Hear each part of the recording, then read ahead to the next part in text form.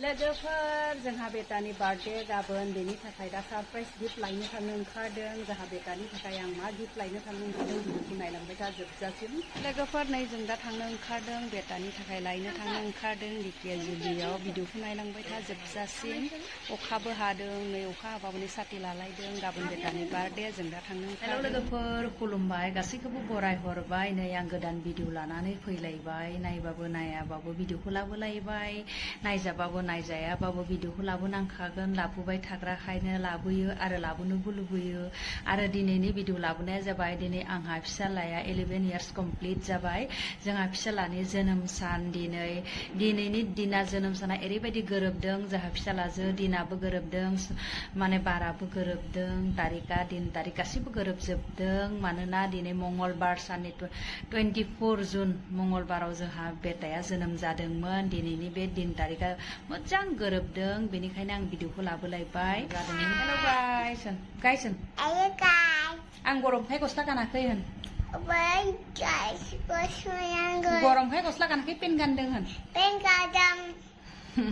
लोगोफोर गासैबो आंनि फिसाला गेदेरखौ बेबायदिनो अननाय आरो बोर सारस्रिहरदों। आंनि फिसालाया 11 इयार्स कमप्लिट जाबाय। दिनै 24 जुननि मंगलबार सानाव आंहा फिसाला गेदेरा जोनोम जादोंमोन। दिनै 11 इयार्स कमप्लिट जाबाय। लोगोफोर गासैबो आंनि फिसालाखौ बोर हरगोन होननानै आं आसा खालामबाय। आंनि फिसालाया दा क्लास 5आव फरायो। बेबायदिनो फरायनायावबो बेटा गाइस बे आंनि आमाय बोले साइकेल बे आंनि बर्थडे स्पेशल गिफ्ट आं बे मोननानै बहुत मोजां मोननाय।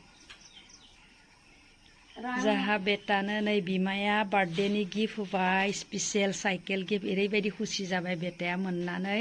आंहा दिनै बेटाया 11 इयार्स कमप्लिट जाबाय। लोगोफोर नै नायदो वाह वाह वाह वाह।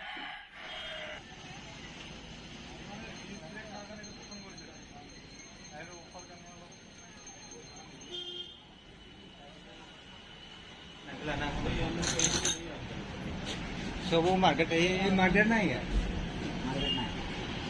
मार्केट में बुढ़े से अभी सुधी को ना सुना है तो ना क्या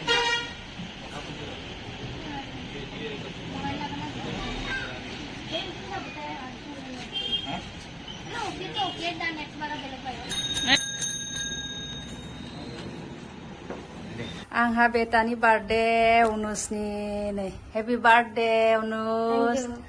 आरो बे साथामा बिनि फ्रेन्ड बार्थडे फिसा बार्थडे सेलेब्रेसन खालामदो जोंहा नै केक फिसा। बार्थडेआबो आमथिसुवाव नालाय बावनाय थिनायबो एसे खालामनो मोना दा बिनिया। बेनि थाखायनो जों केक आन्था हानानै एसे सेलेब्रेसन खालामसै दे।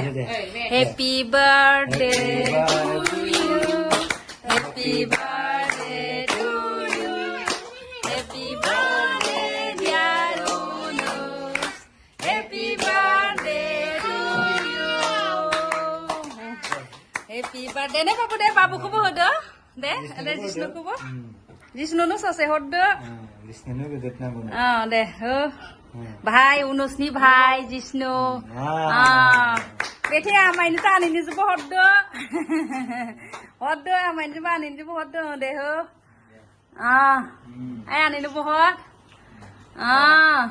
दे ओमफ्राय बे आबैनोबो होफाय एलाय आबैनोबो हो माइ दौ आबैखौ दौ दे जाबाय गुड दे जाबाय दे। Birthday Unus thank you guys. मुझे ना ये साइकिल मेरा मामा ने दिया था। मुझे ये साइकिल मिलकर बहुत अच्छा लगा कि ये साइकिल ना मुझे चलाने में अच्छा लगा।